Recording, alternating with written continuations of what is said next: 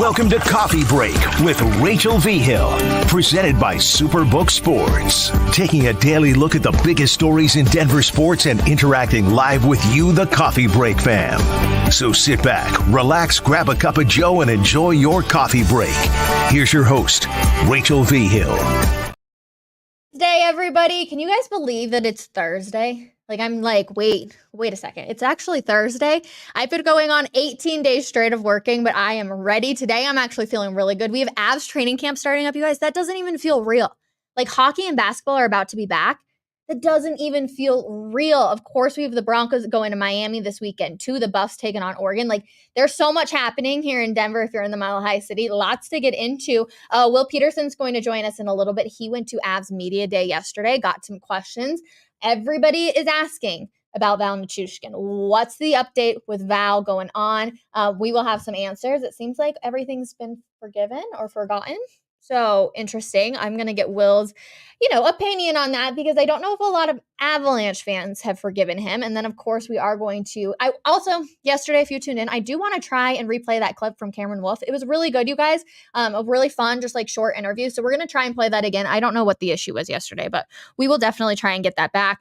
What's up, RJ? Happy solo Rachel Thursday. Good morning, Paul. Thanks for hanging with me, you guys. Also, Nick Saban's going to be on the show. We're going to be talking about him. Not actually on the show, but you guys get my point. He's going to be hanging out. We got some quotes from him. And then the Broncos. This was the biggest breaking news coming out of yesterday. And it's that Justin Simmons didn't practice. Okay, my thoughts on this. If Justin Simmons doesn't play, they are for sure losing the game on Sunday. Justin Simmons is a key piece to that Broncos team. His leadership quality is fantastic. Will he be on the sidelines? Absolutely. Would he be hyping everybody up? 100%. But they need his play. They're already so depleted at that level or at that position. They have to have Justin Simmons out there. I saw him. I'm not 100% sure if this was the play, but there was a play where he sat down on the ground a little bit longer and everyone was like, oh no, is he hurt already? And he couldn't come out. They legitimately, he could not come out of this game. And I remember thinking, oh, I really hope he just kind of tweaked it and he's fine. He'll be able to run it off, not have to be taken off the field, anything like that. He ends up staying in the game. And then as soon as we see the practice report come out that he did not practice and Sean Payton talked about it, I was like, I know exactly when that happened against the Commanders. So it's actually really scary. I am definitely kind of on the, they need Justin Simmons out there. We can go look at all the injuries they have. Obviously, Justin Simmons did not practice on Wednesday. Delarian Turner-Yell with an injury in the fourth quarter on special teams. PJ Locke is still on injured reserve until week 4. Stearns recently underwent surgery after tearing a tendon in week 1, and our J.L. Skinner has been inactive the last 2 games. Yeah, depleted. It's literally a depleted position. It is not good, not ideal for this Denver Broncos team. They need Justin Simmons to go out there. And to be honest, I think that's what Sean Payton's doing with having him not practice yesterday is rest up. He's a veteran. He knows what he's doing. Doesn't need to go over everything. Rest up. He's going to be in the meetings. He's going to look at all the tape. Just try and get your leg healthy again. Just try. Justin Simmons, please, from Broncos country, we need you out there, 100%. How are you guys feeling about Justin Simmons? Rachel, can you play safety? I cannot, unfortunately. Actually, fun story. I don't know if a lot of people know this. The reason I got into sports broadcasting is because I went to my first Broncos game and I absolutely fell in love with it. And I was like, I really want to play the game of football. Now, that was obviously not realistic for me. I'm 5'4" and 120 pounds. If you've ever seen me, a lot of people come up to me and they're like, actually, she's kind of short. And I'm like, yeah, just a smidge. But I wanted to play football. That wasn't going to be a realistic goal. So what was the next best thing? Figuring out a way to be on the sidelines, being able to talk about my favorite teams. And essentially that's how I landed on sports broadcasting. So interesting little story. Let's see. Troy said, Rachel, you're doing great managing the chaos over there, but is the plan to have at least to have some guests once in a while? Troy, we got guests today. Will Peterson's going to join us here in a little bit. We've been having guests every week or every single day. Yesterday, we had a bit of an issue with Cameron Wolfe. The video just would not play for some reason. But yes, essentially, we will have a guest every single day. Cecil was on a few days ago, and he actually had a lot of great insight. We kind of got into that Henry Blackburn situation, too, and the doxing that was happening. So I loved hearing Cecil's perspective on that as well. Let's see, what else are you guys up to today? I'm just kind of in like a chatty Cathy kind of mood because I'm just kind of like training camp's here for the Avs.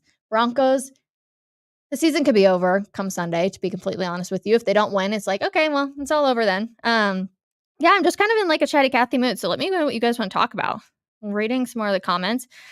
I guess we can get into Nick Saban and what's going on with him. You guys, I hate Nick Saban, just like I think a lot of people do, but also you have so much respect for him that it's impossible to hate him. That's how I feel about Coach Prime nowadays, right? I'm like, I want to hate him. I want to because I'm a CSU Ram and they're obviously the Colorado Buffaloes, but I can't because he's so fun and I like him so much. And obviously, if you've seen any of the Aflac commercials, then you know Dion and Coach Saban have chatted and are in those commercials together. And Coach Prime had tons of great things to say about Nick Saban, how about he respects him and everything else. And while a lot of coaches in the NCAA are throwing some, dirt at Deion Sanders, Coach Saban is not one of them. He essentially goes on to say, I have a tremendous amount of respect for Deion Sanders, Saban said on Wednesday. First, he's a great person and he's done a great job of marketing the program to create a lot of national interest. But I see their team playing well on the field. They play with discipline. They do a good job of executing. They've been able to score points, playing decent on offense. So all those things to me are indications that he's a really good coach. From somebody like a legend like Nick Saban, it's actually really cool to see that be said about Deion Sanders.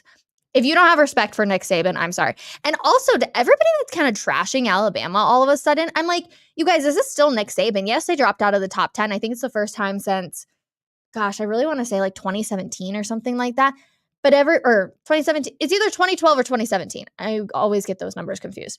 But one way or another, all the people that are coming out there trashing Alabama, I'm like, you guys mark your words. Alabama's all of a sudden going to make a run for something, and then they're going to be national championships. Like, that's just what happens. And I do like how players aren't just automatically going into Alabama. They're like, hey, we actually want to beat Alabama. So I do appreciate that, and I kind of like it.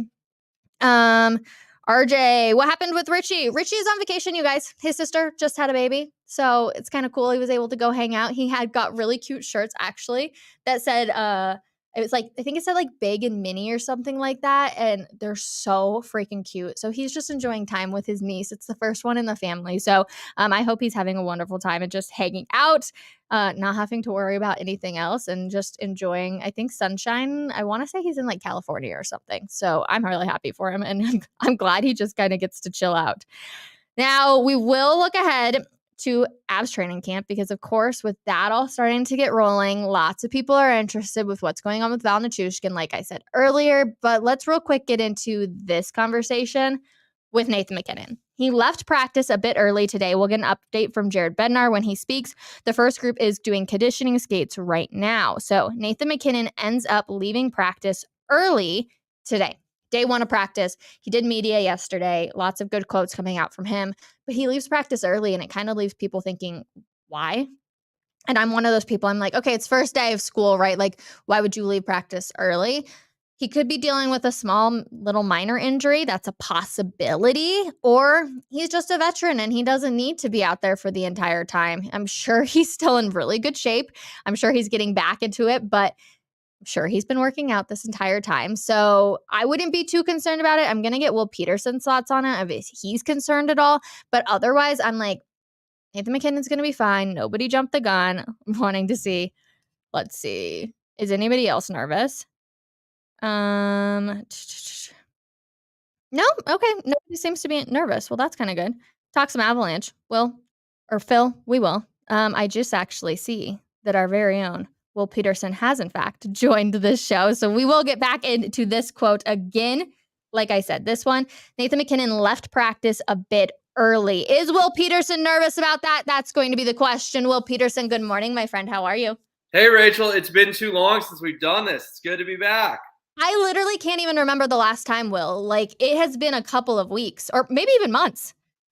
Yeah, no, it's been a bit. So when you texted me, hey, let's do coffee break, and I went to the Avs season opening media availability yesterday, I was excited. It was very busy over there, and we already have, I don't know, news from camp. To me, this would be like Peyton Manning got to hit the showers early. It's like, well, he's Peyton Manning, so if let him do whatever he wants. Got to hit the showers early, I'm not until Jared Bednar says anything, I'm not freaking out about it. Listen, it's open to the public. A lot of media is over there. If he had taken a spill, we would have seen 200 tweets. Oh no, Nathan McKinnon went down, is grabbing something or whatever.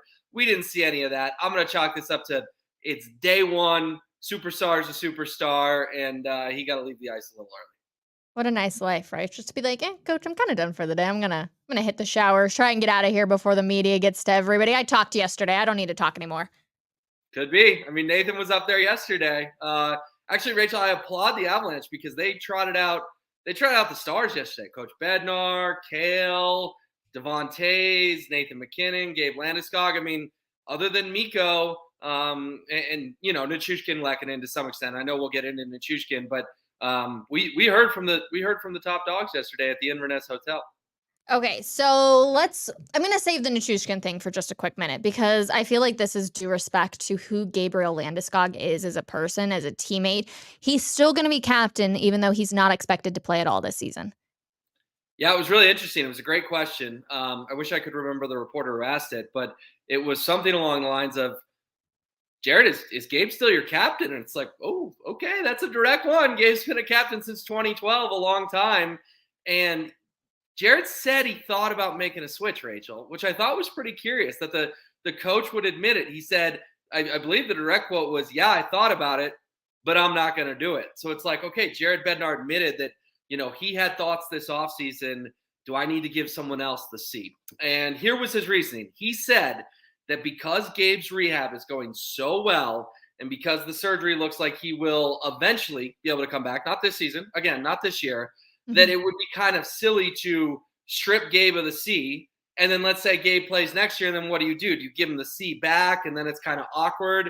So I think Jared's thinking was because this guy's career is still going to go on with the Avalanche, and heck, we're hopeful he plays 3-4 more years after this. I mean, that's probably optimistic, but you never know. Why would we take away him being captain just to give it back? So I think that was important from Bednar of like, hey, we're 4.5 months post-surgery, and it's been a really good 4.5 months. First of all, I love to hear that. Also, we know that Gabriel Landeskog is going to be in that locker room as much as he possibly can. So it's not like it's going to be, oh, where is Gabe? Like he's not even involved a little bit. As much as he can, we know he's going to be there. And I actually respect that out of Jared Bednar. What's interesting though, and I guess I just maybe didn't know this, like in the NFL, the players vote who the captains are. So in the NHL, it's just the coaches hand them out? Coach's decision, yeah. And interesting.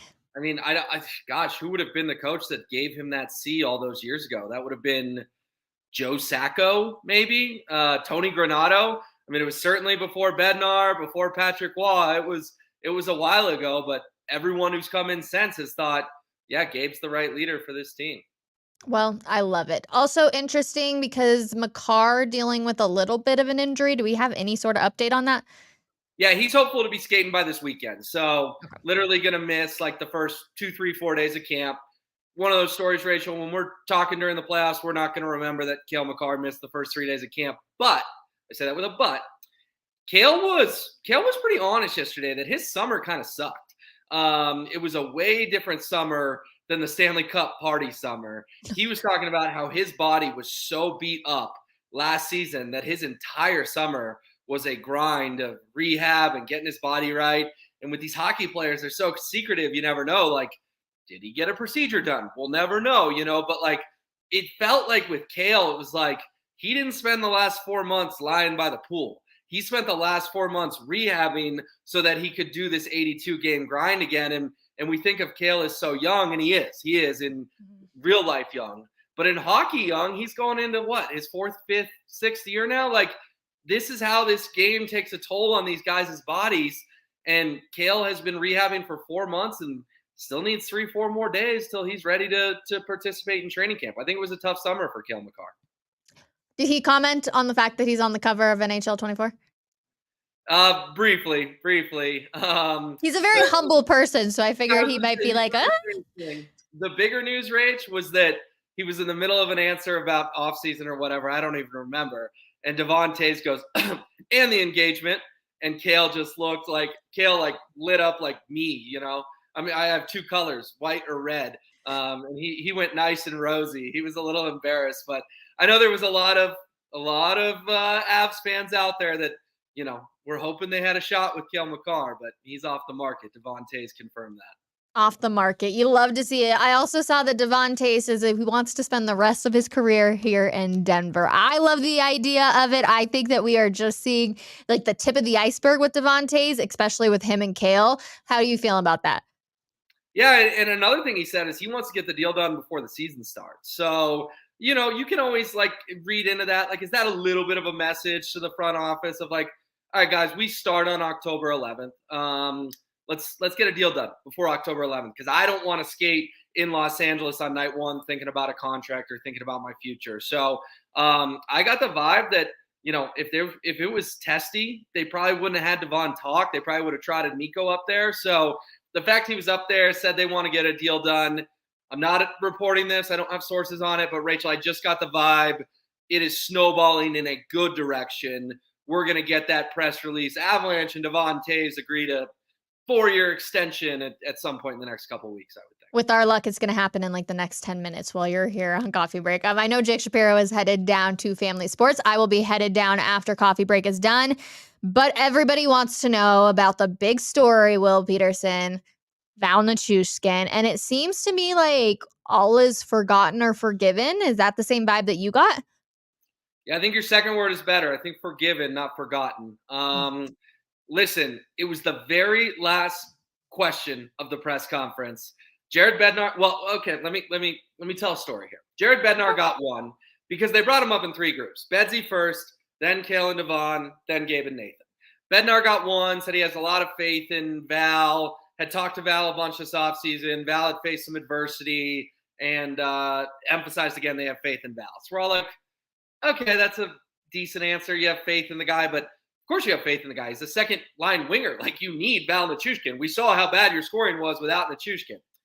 And then Cale comes up, and Cale gets a question about it. And he sort of hems and haws a little, but did say that they've turned the page, they've moved on, whatever. But it wasn't like the most ringing endorsement of the world. I thought it was a thoughtful answer, but you could tell Cale Makar was a little bit annoyed about what happened in Seattle. Let's be honest. He disappeared before Game 3. And then the very last question of the press conference, Nathan MacKinnon's up there, and we all know Nathan is the toughest dude on that team. If Nathan doesn't like you, you don't have a spot on that team. We all know that. And our buddy Aaron Anderson from Fox 31, I'll give him credit. He asked Nathan about, are you guys welcoming back Val Nichushkin? The last question of 30 questions of this press conference. And Rachel, not only did Nathan say yes, but he gushed about Val Nichushkin, called him the best player on the team in the final against Tampa Bay, said at the end of the day, Val is a good person, said we love Val, said we welcome Val back with open arms. Like, it would be one thing if he gave him one compliment, right? Like, oh yeah, Val's a good dude, we're excited. Rachel, people can go to my Twitter and watch it. It was a 25-second answer of just praise upon praise about how much they love this guy, how he's a good person, how they welcome him back. And I just got the vibe that, man, Nathan MacKinnon didn't have to say all that unless he really felt that way. So that was the biggest takeaway from the press conference, was Nathan MacKinnon, who, again, gruff and tough, superstar, but you don't want to be on the wrong side of Nathan MacKinnon. No one wants to tick Nathan MacKinnon off. He is welcoming Val back, and I think the whole team will take their cue from a guy like Nathan MacKinnon. Well, that's what's so interesting about it, right? Is everyone was saying, oh, if Nathan MacKinnon's done with him, like if something happened, it just really makes you question like what actually went down in Seattle. And it's going to be some of the answers we'll never get answers for. Some of the questions we'll never get answers for. And it does just make you think, okay, well, was the media wrong on some of this? Like, you just don't know, because you expect a guy like Nathan MacKinnon to be like, no, like it's such a weird, I don't know. It's such a weird story. Well, I feel like I can spin in circles of like different reasons and be like, okay, I should feel this way or I should feel this way, because we're never going to get answers. It's such a unique situation. Yeah, I think the one thing we do have to remind ourselves, though, is, the media wasn't wrong on the facts. And the facts were there was a 911 call, there was a police report, there was body camera footage, and there was a Russian woman who told the cops that a bad woman stole her passport. And we know from the Avs team doctor that Russian woman was in Val Nichushkin's room. So we do have to remind ourselves that while they're forgiving him and welcoming back, we reported on what we had. And we had a lot of facts to back it up. We never had the full story. We never we never, claim to have the full story. Yeah. But when you have to do the digging, as our job, Rachel, it's journalism some of the time, but we're sports, right? We're not covering war, it's sports. But that was journalism. And I'm proud of the journalism that we did and other reporters did, because like I said, we had a mountain of evidence of all these things that we know for a fact happened. We just never really got the answers of why he had to disappear, for 5 games, where he went. Was there any sort of danger? Was he getting treatment? Like, we don't know the answer to those questions. So you're right. There's still a lot we don't know, but we do know something really, let's call it what it is, really unfortunate went down 5 hours before a playoff game in their team hotel in Valeri Nichushkin's room. True. And don't get me wrong, I am proud of everything that we did at denversports.com and the way it was handled and, going through all the right sources, everything of that nature, super proud. But it does just say there's missing pieces that you really wish you could figure out to know what actually was happening. And to hear Nathan MacKinnon give such high praise, it's like, all right, Nathan MacKinnon, we all trust you. And that's why also he came out and said, yeah, we just didn't have it last year, essentially. And he knew that. A lot of people got mad at us for saying they just don't look like the exact same team, but Nathan MacKinnon knew it too. Yeah, some apologies need to be handed out because, I do remember coming on your show and we said to each other, we're just like, if they get past this round, they're going to get smoked in the next round. Like, this team doesn't have – think about the sweep of Nashville in round 1 the year they won the Cup versus the grind of the 7 games versus Seattle. They just never had it. So for Nate to say yesterday, that quote's also on my Twitter, @PetersonWill. I'm paraphrasing, but, this team I knew this team never was going to get it done. I think that was Nate's way of kind of saying, Rachel, like, we miss the Burakovskis and the Kadris of the world because the Evan Rodriguez's of the world just weren't the same quality of player that they had in the Cup run. So I think Nate knew. And another theme, just to put a bow on this, was all the guys admitted, all of them, that, yeah, at the time losing sucks, but the rest was huge. The extra 2 months off was huge. If your season's going to end, let it end in April. No reason to grind it out till June. Rachel, this was the longest offseason they've had in 3 years because all the COVID stuff and the shortened seasons and the bubble. This is the most time these dudes have been off their skates, off their feet for literally since, I would say, 2019. Big deal to get all that rest. And Bednar, Kale, and Nathan all said that yesterday. Well, and you have to remember, after the Cup run, it's not like they were all like, oh, like, let's go to a spa for a day. Like, it was a continuous party, essentially, until the season started. So, yeah, it's great. But at that same note, it is slightly, and I say slightly, like 2% concerning, the fact that they are still not 100% ready to go at the beginning of training camp, because that makes me think that these injuries might linger on a little bit longer. Yeah, no, that's fair. Bednar read the injury list yesterday, and it took him like 2 minutes to get through it. Now, I'll be honest, Rachel, I hadn't heard of half the guys because the training camp roster is yay long. It's kind of like, it's not as crazy as football, but there's a lot of dudes out there who aren't going to make the team. Sure. But he was going through all of them, and it was like, really? Like, can't you just come in and say, hey, Gabe's out for the year and everyone else is good to go? But nope, that wasn't the case. Also, I did Denver Sports Tonight with James Merrillat last night on 104.3 The Fan. And he pointed out, this was classic James. He said, all right, well, we've had the summer of Jokic. We had the summer of the Avs, and that didn't turn into a great effort to repeat. Let's see if the summer of Jokic affects the Nuggets at all. And I was like, come on, James, let Jokic party. And to be fair to James, he said he didn't have a problem with Jokic's partying, but he said we should keep an eye on it because we went through a summer where the Avs partied, season wasn't as good. Summer where the Nuggets party, particularly their best player. Let's see how the NBA title defense goes. All right. All I'm going to say about this is the Avs lost some very crucial players, and the Nuggets obviously lost Bruce Brown, and that's going to hurt, but their main core is still together. So I feel like even if they're partying, they can still all, rely a little bit more on each other instead of welcoming in a new face and being like, all right, welcome to the team, join in. I think that would be a weird locker room situation to know that you just won a championship, and then all of a sudden you have to come in and be the new guy who doesn't get any of the credit for it, right? Like, you weren't a part of this team. There has to be a little bit of separation there, and I feel like the locker room, if you had been in it last year, just didn't feel the same for the Avalanche. And I partially wonder if it was because of that reason. Well, Rachel, look at it. They've replaced 5 of their top 9. Their top 9, their top 3 lines. Okay, so MacKinnon, Rantanen, Lehkonen, and Nichushkin are the only 4 that are back. They've added, and let's see if I can get all 5, Jonathan Druin, Yep. Miles Wood, Yep. Ross Colton, Yep. Tomas Tartar. That was Yep. one the other day. And I'm missing one. Wood, Colton, Druin, Tartar. Who are you missing? Johansson, Ryan Johansson. Oh, yes, the easy. the two-line center. So you Yep. look at, like people are doing like the projected lines today, and the fourth line is like, O'Connor and Cogliano, whatever. It's guys we know. But that first, second, and third line, 5 of the 9 names are new. Think about how much roster turnover that is, and think about how much McFarland and Sakic are saying, yeah, we obviously trust we wish Gabe was out there. We obviously trust Nate, Mikko, Arturi, and trust Val. And then the other 5 are new. Like I said, like the Evan Rodriguez's of the world, they're out of here. They didn't do enough in their 1-year audition, and the Avs have revamped. And both Nate and Gabe yesterday said they think the front office did what was needed. So I think they're trying to recreate the magic of the Burakovskis and the Kadris of the world in sort of that secondary scoring. The Avs are still the favorite to win the Stanley Cup this year. Great news if you're in Denver. How confident are you feeling with the newest additions that they can complement the stars that they have on this team? I mean, I'm okay, but like, appreciate the honesty. Well, here's the thing: is like we talked about last summer, like, oh man, you wish you could keep everyone, but they lost heart and soul guys from the Cup team, and they did. And so it just feels like this is the second wave at an attempt to replace the guys that they lost 2 years ago. You see what I'm saying? Like the first wave didn't work out.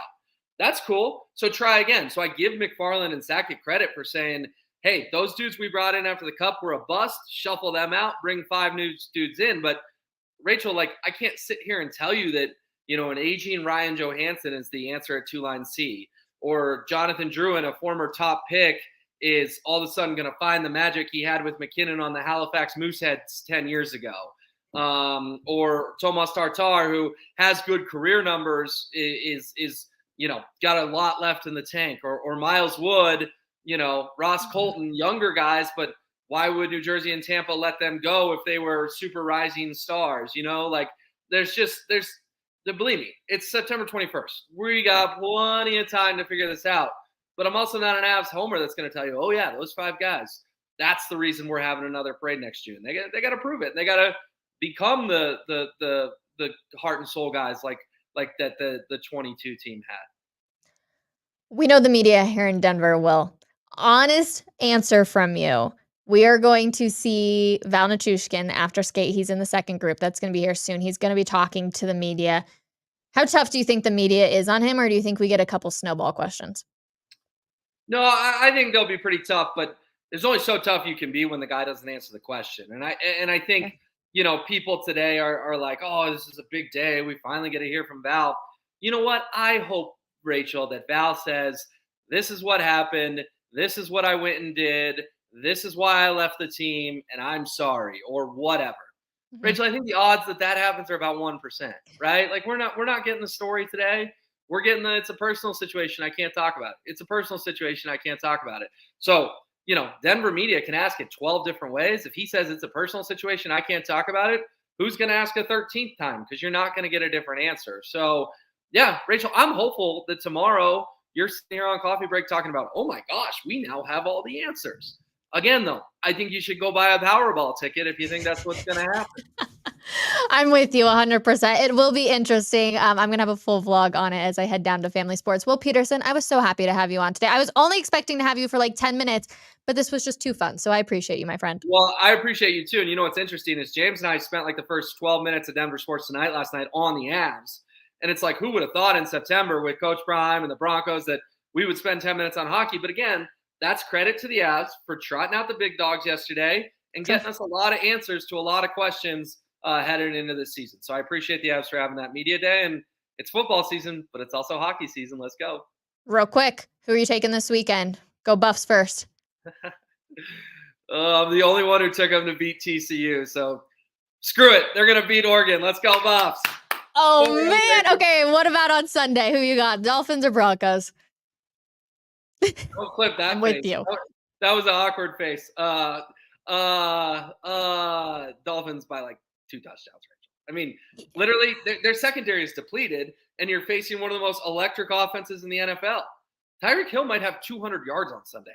Like, I know PS2 is great, but like, Tyreek Hill is the fastest dude in the world, and if your secondary is DeLorean, Tanner, Yell, Turner, whatever, he's an NFL player. DeLorean, Turner, Yell. Good for him, but if Tyreek comes off the slant and PS2 needs a little help, toast, gone, touchdown. No, it could, Rachel, I'm telling you, we could be in for an ugly one on Sunday. Like we're talking about like a 41-10 game or something like that. It could get bad. Yeah, I'm not looking forward to it. Everybody, we will have the Cameron Wolfe interview for you guys tomorrow here on Coffee Break. We had too much fun talking some Avs hockey. Will Peterson, appreciate you. Everybody else, we'll see you tomorrow morning, 10:30 a.m. for another episode of Coffee Break. Get back to work. We'll see you then. Bye, everybody.